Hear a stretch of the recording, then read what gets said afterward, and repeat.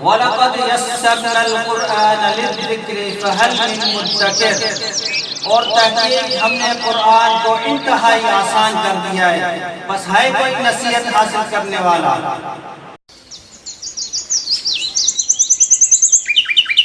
بسم اللہ الرحمن الرحیم۔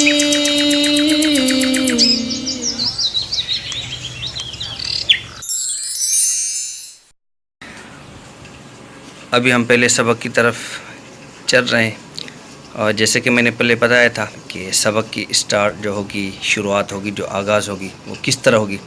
آئے ہم اس سبق کو دیکھتے ہیں۔ پہلے میں بتا چکا ہوں کہ اردو کے تقریباً 80% الفاظ ایسے ہیں جو عربی سے لیے گئے ہیں اور قرآن مجید سے لیے گئے ہیں، جو ہم روزمرہ زندگی میں استعمال کرتے ہیں۔ تو اب جتنے بھی الفاظ آپ دیکھ رہے ہیں یہ سارے کے سارے عربی میں بھی ہیں، اور سارے کے سارے یہ اردو میں مستعمل ہیں، جن کو ہم اردو میں استعمال بھی کرتے ہیں۔ تو سب سے پہلے یہ بات ذہن میں رکھنی ہے کہ جب بھی اس طرح کے 3 الفاظ آ جائیں، چاہے ان پر زبر ہو، زیر ہو یا پیش ہو یا کوئی بھی حرکت ہو، تو اس کا مطلب ہوتا ہے کہ وہ اس ایک مرد نے کام کیا۔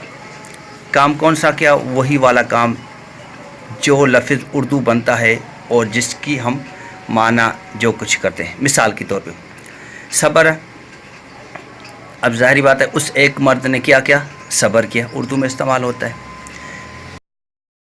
شکر، اس ایک مرد نے شکر کیا، وہی لفظ صبر، اس ایک مرد نے صبر کیا۔ ذکر، اس ایک مرد نے ذکر کیا۔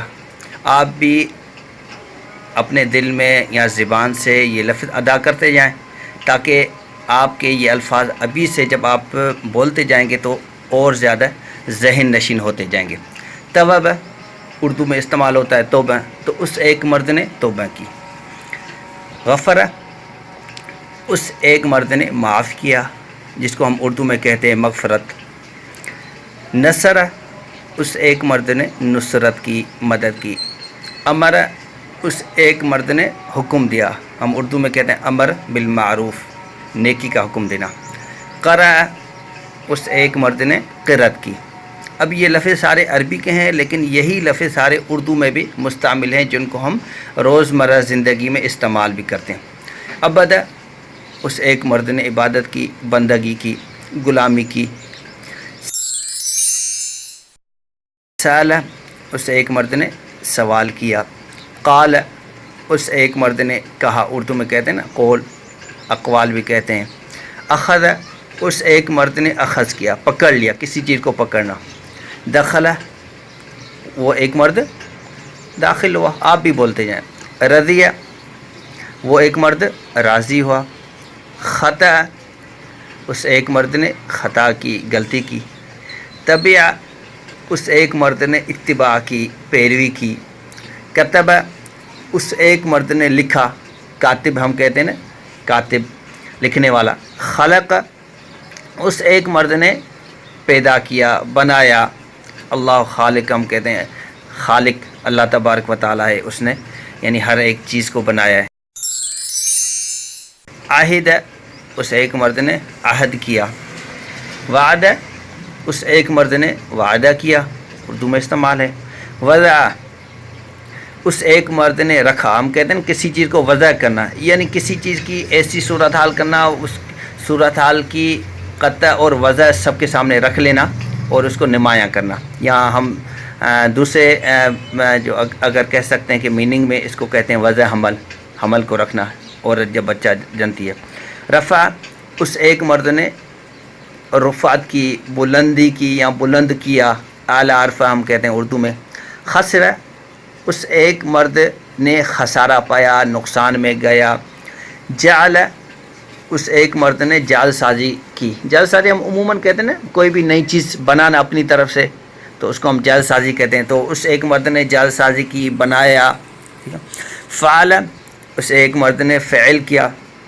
فرح، وہ ایک مرد خوش ہوا، فراحت ہم کہتے ہیں فراحت، خوش ہونا۔ عمل، اس ایک مرد نے عمل کیا۔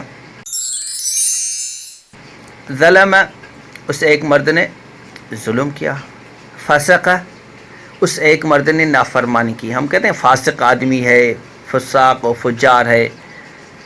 ضرب اس ایک مرد نے ضرب لگائی. قتل اس ایک مرد نے قتل کیا. کفر اس نے کفر کیا. غلب اس ایک مرد نے غلبہ پایا، غالب ہوا. منع اس نے روکا، منع کیا، اردو میں استعمال کرتے ہیں. حضر وہ ایک مرد حاضر ہوا. نہا اس ایک مرد نے روکا. ہم کہتے ہیں اردو میں کہتے ہیں امر بالمعروف نہی عن المنکر، یعنی برائی سے روکنا.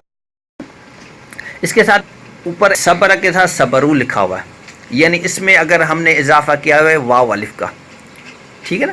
تو یہ واو الف جو ہے نا یہ جمع کی نشانی ہے، یعنی صبر اس ایک مرد نے صبر کیا تو صبرو ان سب مردوں نے صبر کیا.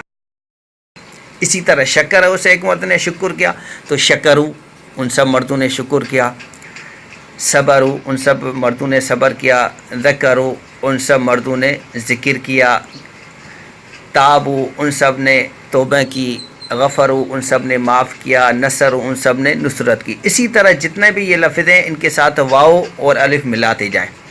الف پڑھنے میں نہیں آتا ہے، واو پڑھنے میں آتا ہے، تو ملاتے جائیں تو اب ایک مرد کی جگہ بہت زیادہ مرد آ جائیں گے، یعنی وہ ایک مرد اور اب ان سب مردوں نے. ٹھیک ہے. تو اب جیسے اگلے سبق میں ہم آیتوں کی طرف جائیں گے تو آپ خود ہی دیکھیں گے کہ جتنی بھی آیتیں ہیں اس میں سے تقریباً وہ الفاظ استعمال ہیں جو ہم روزمرہ زندگی میں اردو میں استعمال کرتے ہیں.